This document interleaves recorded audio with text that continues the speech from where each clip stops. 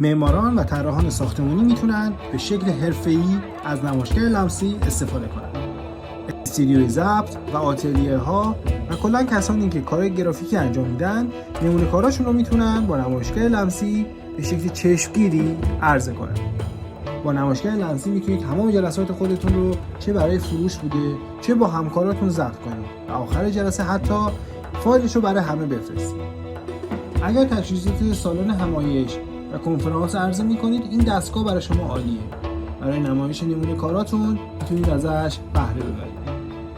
برای کلاس‌های آموزشی و مدارس که سال‌هاست داریم رو نصب می‌کنیم و راه اندازی می‌کنیم، این دستگاه منجر به افزایش عملکرد دانش آموزان و ارتقای یادگیری میشه.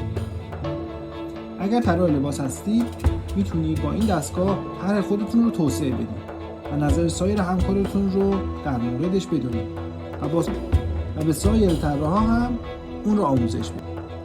در elab724.com شما میتونید بهترین نمایشگرهای لمسی با بالاترین کیفیت و بهترین قیمت تهیه کنید.